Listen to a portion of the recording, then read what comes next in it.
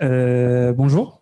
Donc, je me présente, je m'appelle Antoine Barat. J'appartiens à la cellule FH Construction BIM, donc sous l'acronyme ECBIM.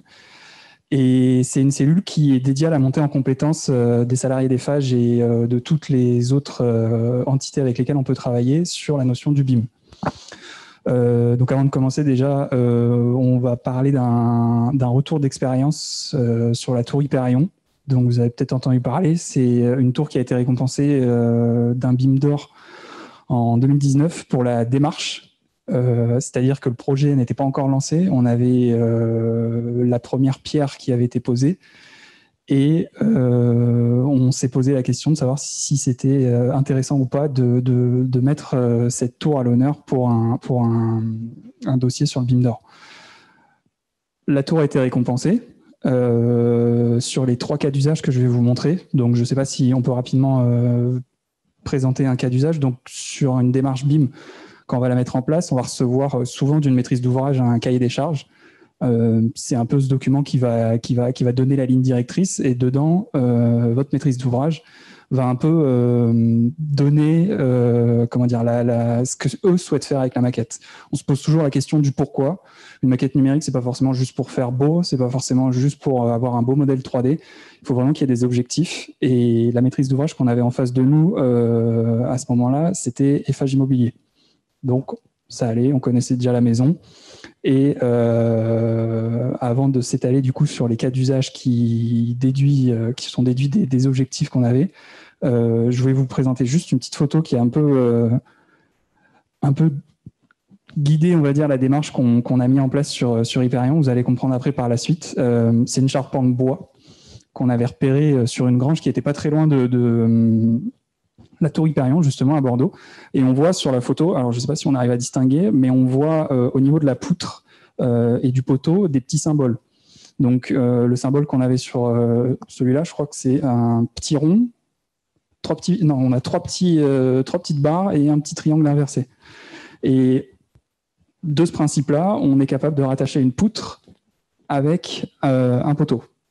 Et chacun des composants qui constituaient cette charpente bois avait ces petits symboles géométriques qui étaient tous différents. On a regardé quand même pas mal d'éléments.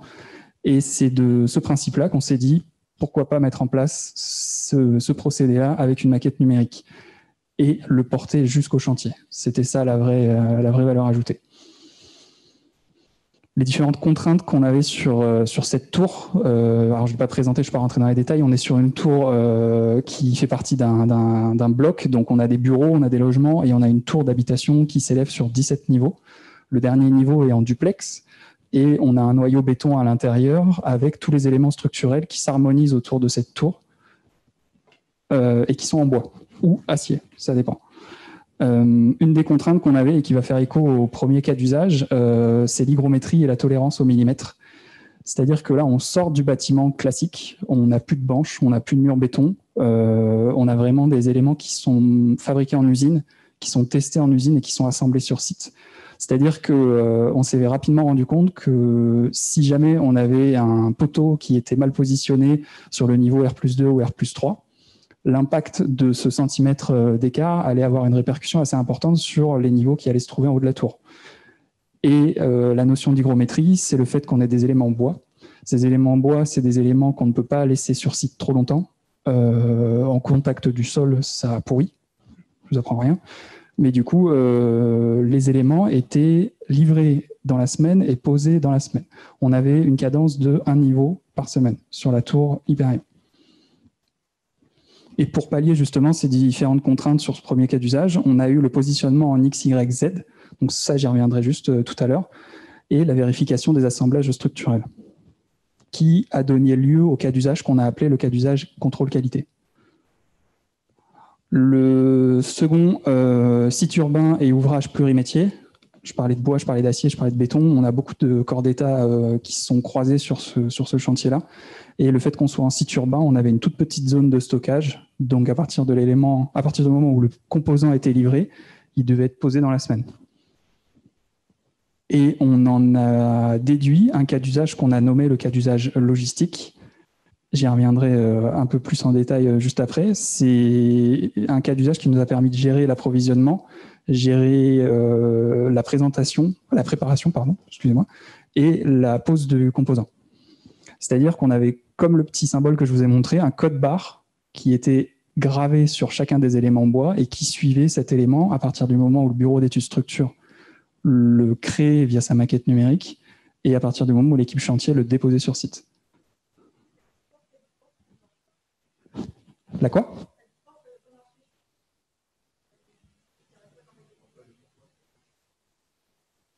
Vous voyez pas? Ah, ceux qui sont à distance, ils ne voient pas?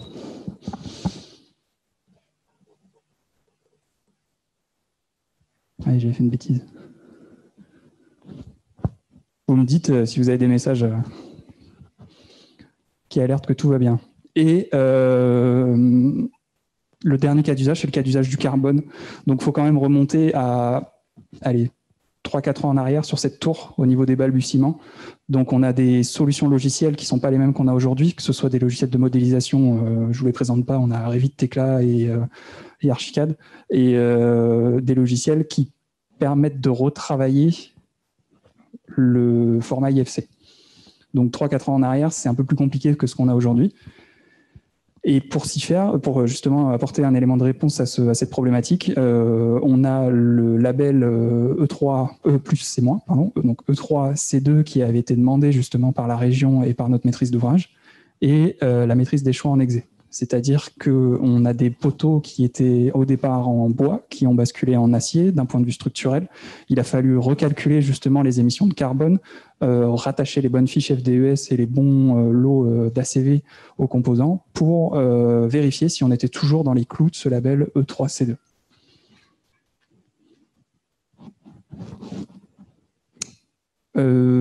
Contexte BIM en conception, donc je ne vais pas trop m'attarder dessus parce qu'on a vraiment mis un coup de collier, surtout à partir de l'exé sur ce projet-là.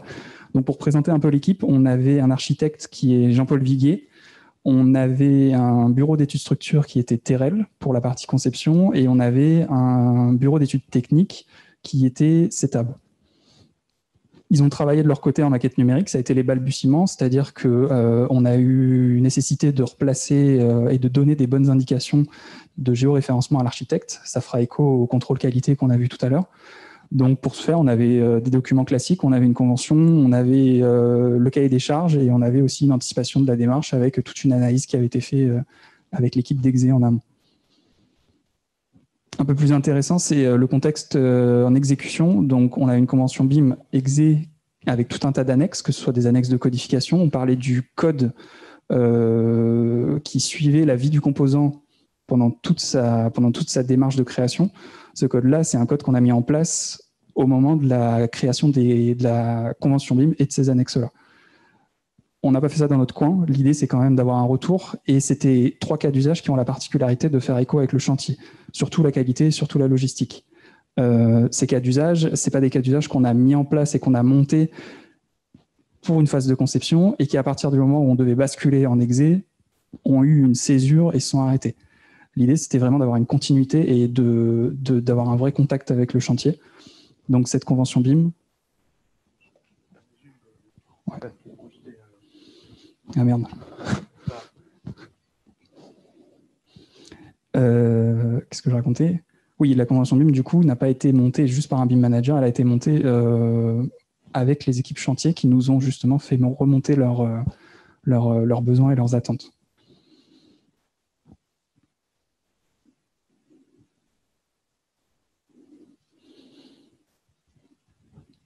C'est bon? Ok. D'un point de vue un peu plus technique, je vais vous parler de termes comme l'interopérabilité. Je pense que tout le monde peut connaître un peu ce que veut dire ce terme. Juste pour rappeler la démarche d'une interopérabilité, c'est sur ce projet-là, on avait des éléments qui étaient en bois, des éléments qui étaient en béton. Ces éléments-là ne sont pas modélisés sur les mêmes logiciels. C'est-à-dire qu'on a des contraintes logicielles qui nous obligent justement à avoir des logiciels métiers qui sont différents. Le cœur de la logistique et de la qualité, ça a été le format IFC. Le format IFC, on l'a appréhendé, on l'a maté, on va dire, et on l'a fait nôtre pour justement réussir à mettre en place tous ces cas d'usage de qualité et de logistique. On avait les délais, on parlait tout à l'heure du fait qu'on a un niveau par semaine et que les éléments ne devaient pas être stockés sur site. La qualité de pose, avec le fait qu'on soit sur des matériaux innovants, ça a été pendant un moment le chantier le plus important en bois en France, la Tour Hyperion. Et on a le dernier cas d'usage qui est le respect de ses objectifs carbone et bas carbone. On a aussi un label BBCA qui n'a pas été mentionné, en plus du E+, C-. Tous ces labels-là, ce n'est pas forcément des noms un peu ronflants, c'est un objectif derrière. Et l'idée, c'était de voir justement comment le calcul carbone pouvait être fait depuis la maquette numérique.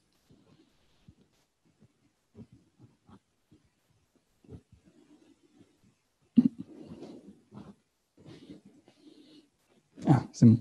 On parlait d'objectifs tout à l'heure. Donc, les 4, on les a déjà présentés. On a la coordination de multimétiers, qui fait écho à l'interopérabilité, la maîtrise de la logistique à flux tendu et avancement, le suivi qualité avec la mise en œuvre des structures bois et le suivi et le reporting du carbone. Les actions, donc les cas d'usage, c'est une gestion d'interface logicielle. Pour la partie logistique, c'est une base de données avec des ouvrages qui étaient eux-mêmes liaisonnés à des plannings méthodes. Donc on a un pont qui s'est fait entre des plannings de Gantt, des diagrammes de Gantt ou du MS Project et une maquette numérique. On renvoyait de la donnée dans une maquette numérique. On a ensuite les livrables spécifiques, donc des feuilles de route et des fiches de contrôle. C'est des éléments qui étaient créés depuis la maquette numérique et qui étaient donnés au chantier, qui leur permettaient d'avoir un avancement de manière journalière de tous les éléments qu'ils devaient poser. Et on a le dernier, que je ne vois pas.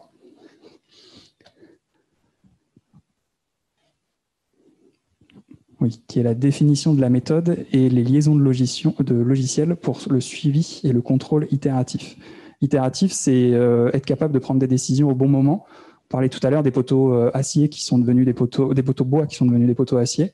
C'est quelque chose qui a eu un vrai impact sur le bilan carbone de la tour, qu'il a fallu anticiper dès le début des études d'exé.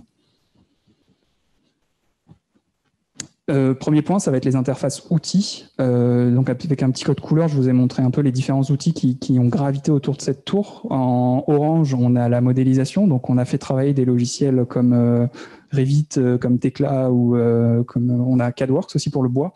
Et information avec, on a du MS Project. On parlait des diagrammes qu'on récupérait, des plannings projets qu'on récupérait, qui étaient aussi liaisonnés aux maquettes numériques. Niveau coordination, on a du Navisworks.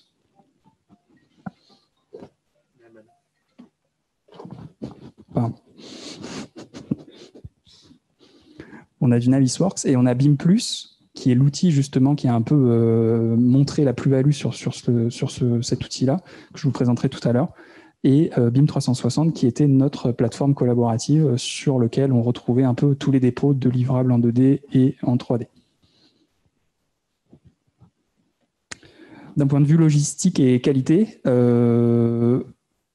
le travail qu'on a fait, c'est un peu en machine arrière, c'est-à-dire qu'on parlait de feuilles de route et de fiches de livrables qui étaient données au chantier via tablette numérique. Comment on obtenait ces fiches-là? Si on rentre un peu plus dans le technique, on avait une maquette numérique et de cette maquette numérique, il fallait qu'on réussisse à liaisonner des dates de planning avec des composants. Je vous ai parlé tout à l'heure du code, ce qu'on a appelé nous le link code, qui est la carte d'identité du composant. Ce link code-là, on a donné ce principe de codification qui avait été évoqué tout à l'heure dans la convention BIM, on l'a donné à la fois au service méthode et au service pour les BE qui ont modélisé justement ces composants-là. C'est-à-dire qu'ils ont travaillé avec le même principe de codification sur des composants. On obtenait un link code qui nous a permis justement de créer un pont entre un diagramme et une maquette. C'est-à-dire qu'on prenait des informations, on rattachait ces informations-là via ce link code-là. Quand je dis informations, c'était des dates. Et on renvoyait ces informations dans la maquette numérique. Et c'était quelque chose qu'on pouvait améliorer. Donc, c'est-à-dire, si le chef de chantier, via sa feuille de route, nous indiquait qu'en fin de journée du mardi, il n'avait pas posé telle ou telle poutre, cette poutre-là remontait comme étant prioritaire et apparaissait sur la feuille de route du lendemain comme étant le premier élément à poser.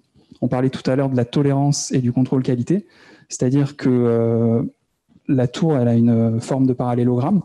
Si le poteau sur une pointe de ce parallélogramme n'est pas posé, tous les éléments qui surplombent ce poteau-là ne pourront pas être posés.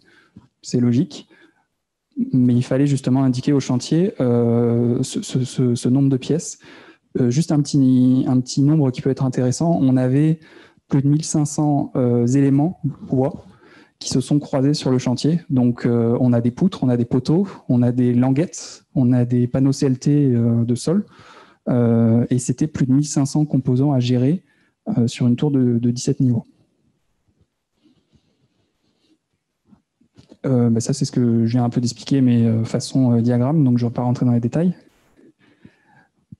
Ce tableau qui peut faire un peu peur, c'est un tableau Excel. Donc, certes, on a mis en place des cas d'usage un peu innovants, mais c'est un tableau Excel qui nous permettait justement de faire cette liaison. C'est ce qu'on a appelé notre data.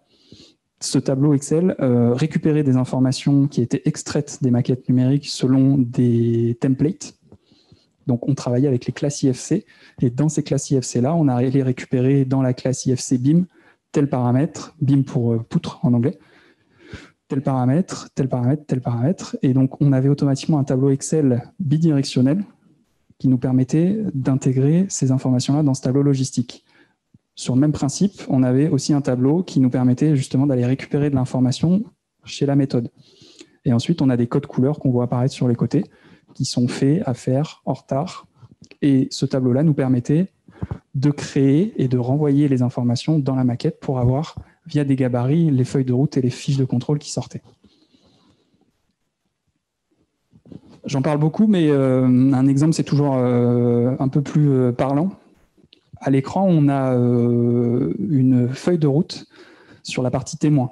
C'est-à-dire qu'un témoin a été monté sur le R+2, R+3.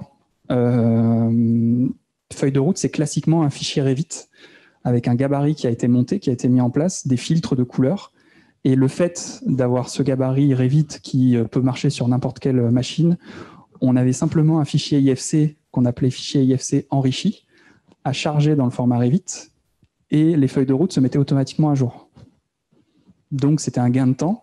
N'importe quel chef de chantier avec une légère formation pouvait prendre en main cet outil et préparer justement la feuille de route du lendemain. La feuille de route, elle venait pas seule, on avait aussi des nomenclatures qui étaient automatisées. Donc les nomenclatures dont je parlais tout à l'heure, c'est les éléments qui étaient en retard, qui remontaient en haut de la pile, les éléments qui étaient à faire pour la journée, mais qui venaient de manière, qui venaient à la suite des éléments qui étaient en retard. Logique. Ensuite, ce témoin qui était sur un petit quart de la tour nous a permis justement de conforter et d'avoir tous les retours et tous les rex qu'on a pu avoir sur ce témoin, que ce soit des rex au niveau des méthodes, ce qu'il fallait améliorer, ce qu'il fallait consolider. Et on a pu justement mettre en place ça quasiment un mois après, au moment où les équipes étaient prêtes à monter, et on avait justement ce planning de un niveau, une semaine, avec tous les jours le BIM manager sur place qui faisait tourner et qui mettait à disposition des équipes bois, acier et béton ce genre de fiches qui leur permettaient de savoir quoi faire dans la journée. Un point important, c'est que sur ce projet d'Hyperion, on était 2 BIM managers. Donc ça peut un peu perturber, mais c'était une vraie force. C'est-à-dire que moi, j'étais le BIM manager qui était en relation avec l'ensemble des équipes, l'ensemble des entreprises, l'ensemble des BE, et ces BE étaient basés en Île-de-France, pour la plupart.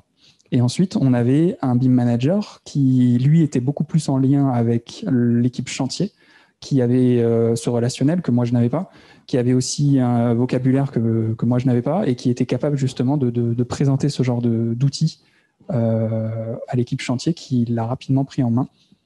Donc, la force de ce projet-là aussi, c'était d'avoir deux BIM managers avec des tâches bien réparties.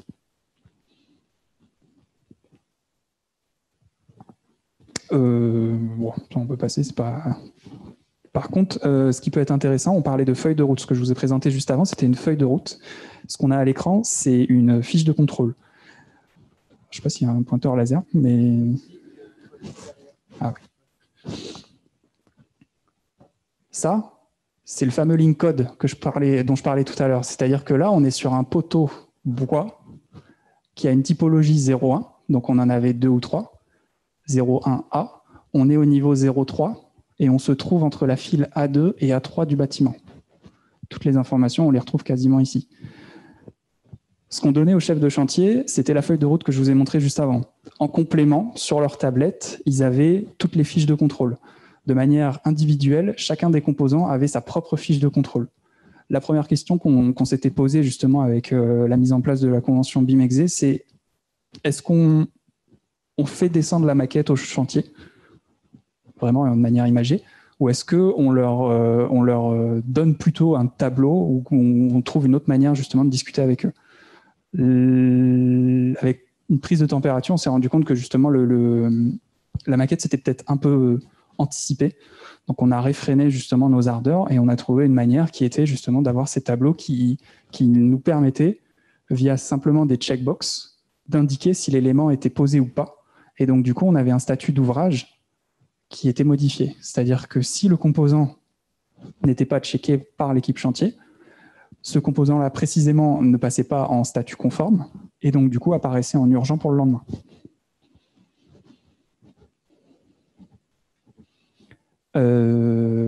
Qu'est-ce qu'on raconte sur celui-là?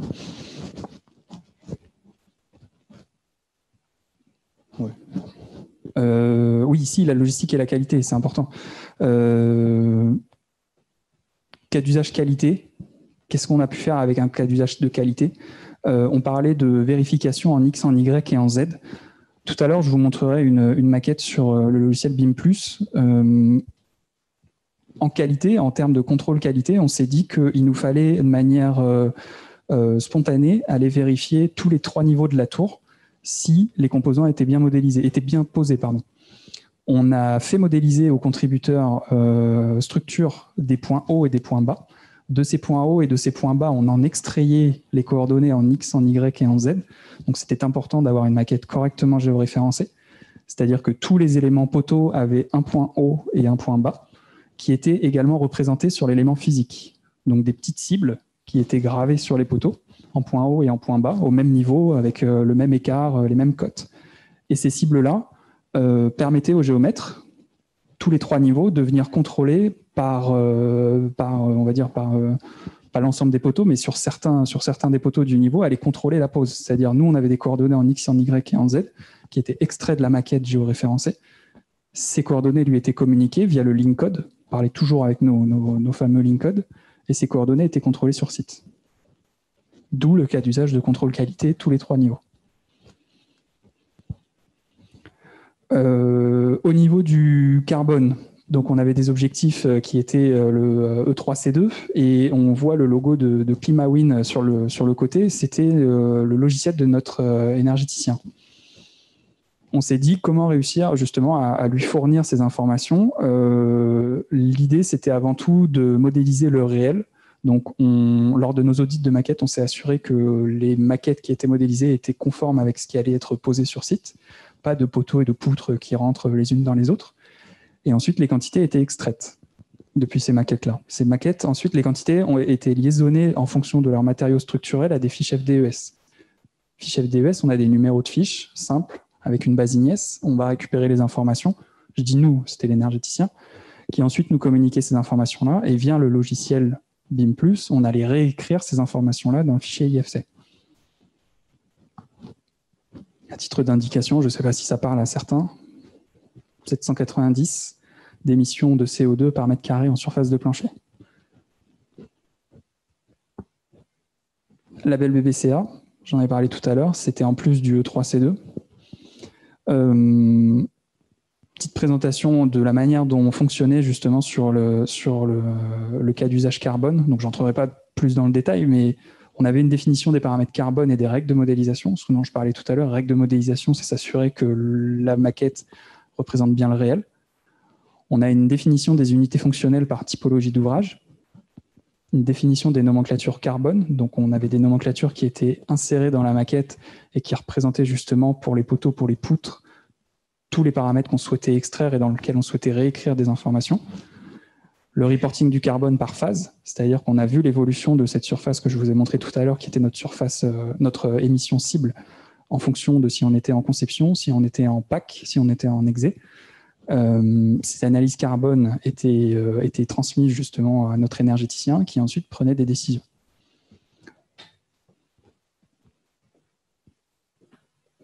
Alors ça, je ne vais pas forcément vous le présenter en détail, c'est plus la manière dont nous, on fonctionne chez ECBIM. Ça, c'est ce qu'on appelle un process. Donc ça, c'est celui du carbone. On parlait tout à l'heure de ne pas faire une maquette numérique pour faire une maquette numérique et pour faire un beau rendu 3D, faire une belle perspective. L'idée, c'est toujours de savoir pourquoi on fait une maquette numérique. On a nos données d'entrée, qui sont des maquettes. On a les actions qu'on souhaite mettre en place et on a ce qu'on obtient. Quand on met en place un cas d'usage sur un nouveau projet, avant même de commencer à écrire une convention, on détermine un peu justement ces process pour savoir pourquoi on fait ça, le but final, et pas passer énormément de temps derrière l'écran sans savoir vraiment la finalité de pourquoi je fais cette étape-là. Donc ça, c'était le processus qu'on avait sur le carbone de la tour Hyperion. Les données d'entrée et ce qu'on a renvoyé dans la maquette, c'était des numéros de fiches FDES qu'on avait tout à l'heure, des numéros de lot ACV, analyse de cycle de vie, des numéros de sous-lot ACV, quand on avait des classes de béton qui devaient être différenciées, et les quantitatifs. Donc les quantitatifs, c'était la partie qui était extraite depuis la maquette numérique. Comme sur la logistique et la qualité, tout tournait autour de simples tableaux Excel. Avec des macros, on avait justement ces numéros de sous-lot qui étaient répertoriés dans un fichier CSV. Et on avait la capacité justement de communiquer ce fichier CSV enrichi à ClimaWin, qui ensuite lisait et permettait justement d'avoir tout un tas d'informations carbone qui étaient ressorties. Et des prises de décision qui en découlaient.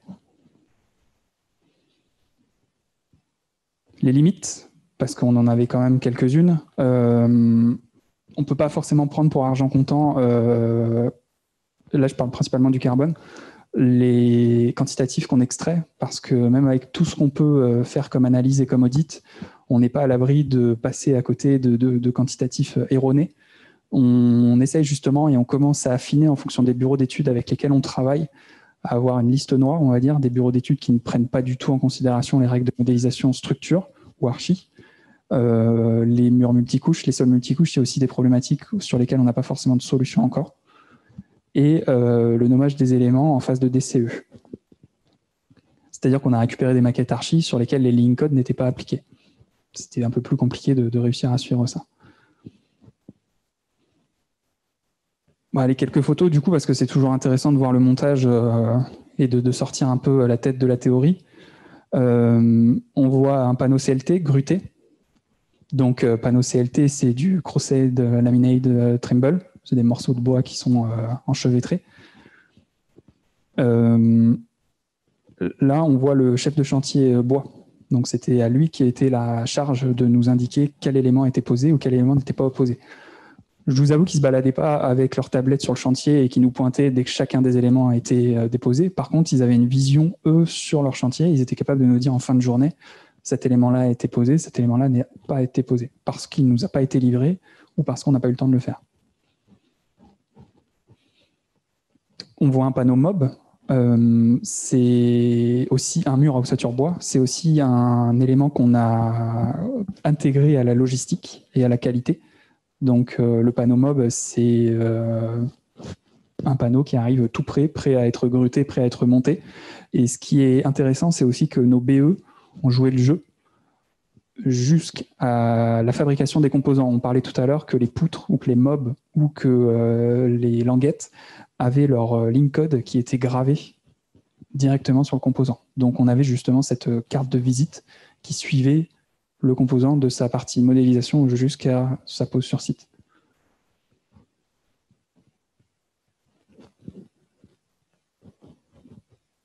Là, on était, je crois, que sur la pose du témoin. Donc, on voit les différents éléments qui étaient assemblés les uns dans les autres. Donc, c'était vraiment du Lego. On est vraiment sur un process typé industriel. Je ne sais pas si vous avez eu l'occasion de voir des chantiers plutôt typés béton.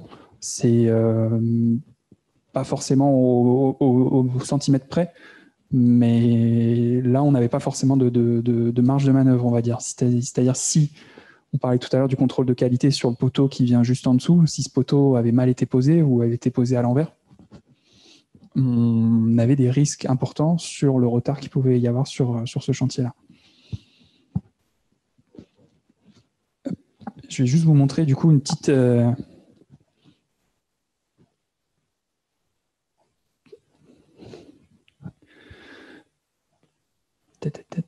Celle-là. Petite vidéo qui remontre un peu justement les modes constructifs, comment la tour a été pensée et sa localisation géographique. Pardon.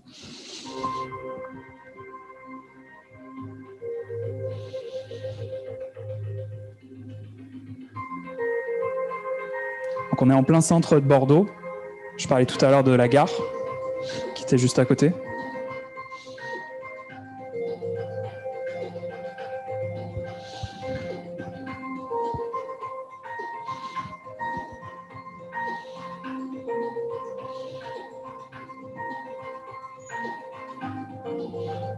Hyperion, c'est juste la tour.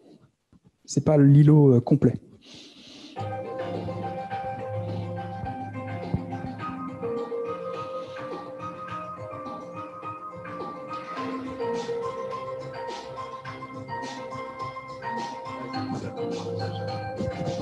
Je prie la main.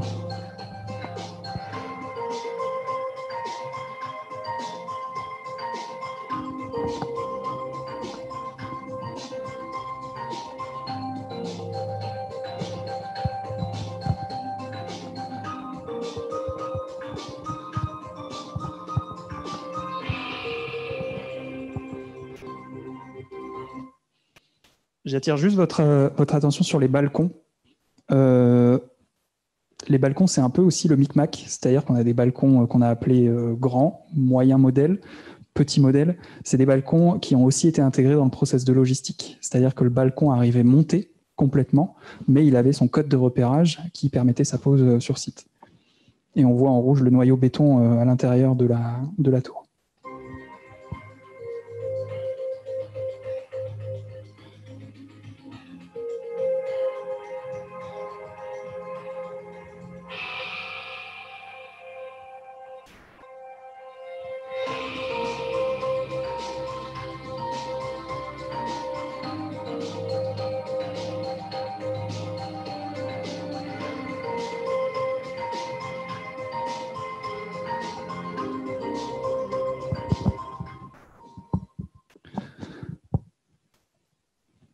Pour finir, je voulais aussi vous parler d'un logiciel qui a été un peu notre...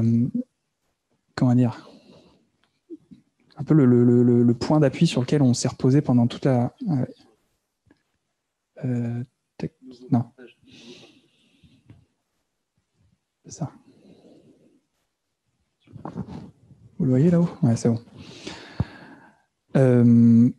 BIM+, donc comme je vous ai dit, il faut revenir 3-4 ans en arrière. C'est un logiciel qui est développé par Allplan, Nemetschek. Donc c'est des, si je ne dis pas de bêtises, je crois qu'ils sont à Munich. Donc communication en anglais avec eux. On a essayé de leur présenter un peu notre problématique et avant de se lancer à corps perdu dans ce projet avec ces 3 cas d'usage qui nous ont guidés, on a fait un benchmark justement sur la capacité des logiciels à réécrire des informations qui provenaient de l'extérieur. Vu qu'on parlait tout à l'heure de l'interopérabilité, on avait différents logiciels. On s'est principalement axé sur l'IFC. L'IFC, je ne sais pas si ça parle à tout le monde, c'est un format qui fonctionne par tiroir. On va avoir un tiroir mur, un tiroir poutre, et on va justement mettre les composants là-dedans. Et il y a toute une échelle, c'est-à-dire que la poutre est rattachée à un niveau, le niveau est rattaché à un bâtiment, et le bâtiment est rattaché à un site. Ces formats IFC, c'est un peu comme le PDF de la maquette numérique. Ça bloque à un instant T un modèle numérique, mais ça permet d'aller lire ce qui s'y trouve. Et on l'a appris de réécrire aussi dessus. C'est-à-dire que ces formats IFC n'étaient pas complètement morts. Et quand on a fait notre benchmark, on s'est rendu compte que, donc je crie pas du tout ou je casse pas du sucre sur Autodesk, mais quand on leur a posé justement la question de savoir s'il existait un logiciel qui permettait de réécrire des informations en masse, parce qu'on parlait de 1500 composants tout à l'heure, le seul logiciel qui est apparu capable de faire ça, c'était BIM+. Et c'est-à-dire que ça, c'est la maquette finie dans laquelle on a renvoyé toutes les informations chantier. Donc, normalement, si je prends un composant et que je rentre à l'intérieur, donc on est sur un Element Assembly, un CLT, on va avoir ces paramètres en majuscules qui nous permettaient de les identifier. Et dans la logistique, on se rend compte que mon collègue BIM Manager à Bordeaux a renseigné les dates de pose. C'est un composant qui est apparu en déjà fait et qui a été déposé le 0204. Et ça, c'est valable sur tous les composants de ma tour. L'idée, c'est donc le chantier est terminé aujourd'hui et on s'est posé la question de savoir, c'est bien beau d'avoir ce qu'on appelle nous un IFC enrichi, qu'est-ce qu'on peut en faire? Et l'idée, c'est de voir justement via un système de filtres colorés, savoir quand est-ce qu'on a pêché, quand est-ce qu'on a pris du retard, c'est-à-dire on peut mettre sur une période donnée, sur un mois donné par exemple, un code couleur, et ce code couleur va nous montrer jusqu'au niveau 3, on a enchaîné un niveau par semaine, par contre à partir du niveau 4, on est arrivé courant de mars-avril et on a eu le corona qui nous a tapé en plein dedans. Donc on s'est pris 2 mois de retard, le chantier a fermé ses portes, a repris, donc c'est un peu l'idée qu'on souhaite justement via cet IFC enrichi et ce retour d'expérience pour voir où ça a pêché justement avec les méthodes. Moi j'ai fini. Je ne sais pas si vous avez des questions, si j'ai été bien clair ou pas du tout. Pas hésiter. Attention, il ne faut pas prendre de risques comme ça. Est-ce qu'il y a des questions sur la présentation? C'est toujours la première, la plus dure comme pour le matin. Elle était parfaitement claire peut-être.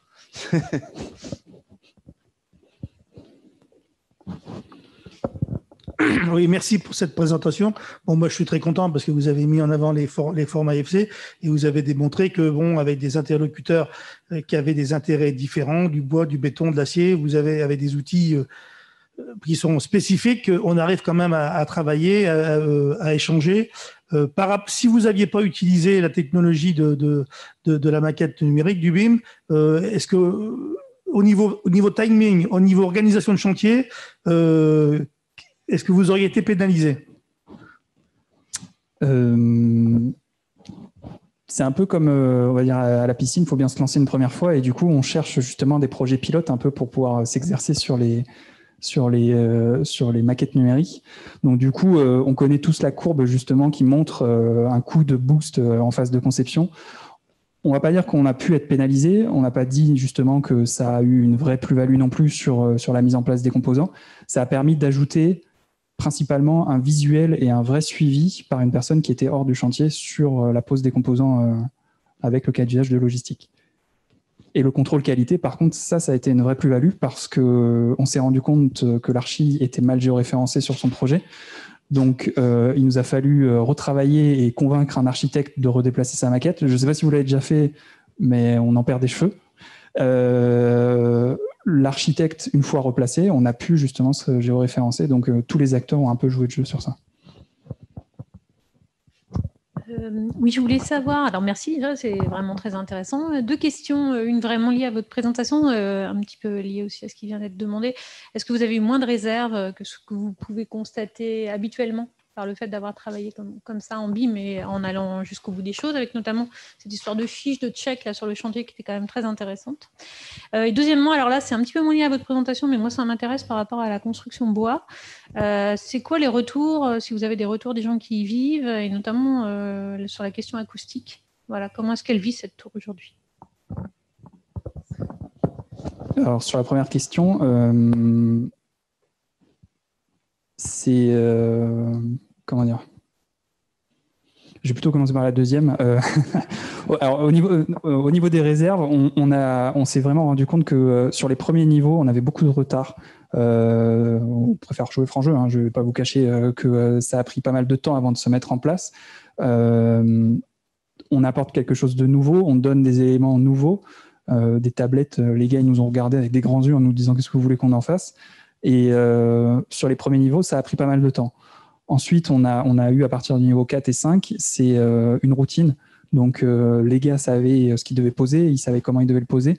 Le BIM manager avait justement tous ces gabarits qui étaient créés en avance. Donc, il fallait juste charger la maquette IFC dedans. Les réserves, on en a eu moins. On n'a pas eu de corps d'état technique qui ont été modélisés sur ces maquettes-là. C'est-à-dire qu'on a fait le parti pris justement de cette maquette-là de ne pas demander au corps d'état et de ne pas avoir de DO numérique. Donc, je sais que ça a fait grincer des dents et par contre, on a typé justement le process chantier et pas exploitation maintenance. Donc, les réserves, on en avait quelques-unes qui étaient marquées dans les panneaux CLT sur des réseaux filants tout niveau. Après, sur les passages de réseau dans les poutres, ce genre de choses, ça n'a pas été fait depuis maquette. Et sur la partie, on va dire, prise en main des lieux, une fois que la maquette, que la tour est complètement montée, j'aurais bien aimé que mon collègue soit là pour vous le dire, parce que lui, il a acheté un appartement dans cette tour, donc il est plus à même de vous dire justement comment ça se passe. Moi, j'ai eu l'occasion de la visiter en hiver et de la visiter en été. On sait que le bois, ça travaille. Le béton, c'est des choses qui sont figées. Je ne vous cache pas que même si le panneau CLT fait quand même un bon 20-25 cm d'épaisseur, les gars sur le chantier m'ont dit quand on vient coincer ça dans des poutres acier, il y a quand même un jeu. Et il y a ce qu'on appelle des languettes qui ont été mis justement pour calmer ce jeu avec le bois.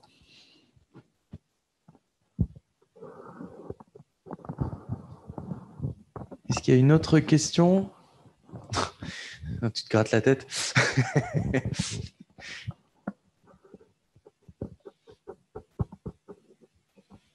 Eh ben, très bien. Du coup, je te remercie pour cette présentation. On a un peu de latence avant la prochaine conférence qui arrive dans une petite demi-heure. On verra en fonction du timing de l'autre si on avance ou pas la conférence. Voilà, merci beaucoup. Et oui, je me permets juste une petite aparté. Ce process, on est en train de le remettre en place, mais sur le secteur E du village olympique. Et là, on n'a pas un seul archi en face de nous, on en a 7. Et on a sur les 18 bâtiments bois qu'on gère, sur les 18 bâtiments, pardon, on en a plus de la moitié qui sont sous ce principe de logistique et de contrôle qualité. Donc, on réitère justement avec le retour d'expérience qu'on a eu sur Hyperion.